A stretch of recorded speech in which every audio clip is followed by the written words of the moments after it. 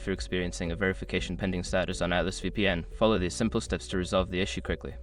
Step 1. Check your internet connection. Ensure that your device is connected to a stable internet connection. A weak or intermittent connection can prevent the verification process from completing. Step 2. Restart the app. Make sure your information is protected first.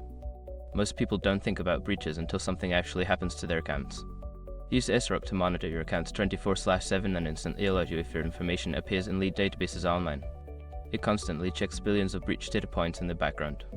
And considering how much personal information people keep online now, it's honestly worth having. Link in the description. Step 3. Update the app. Make sure you are using the latest version of Atlas VPN.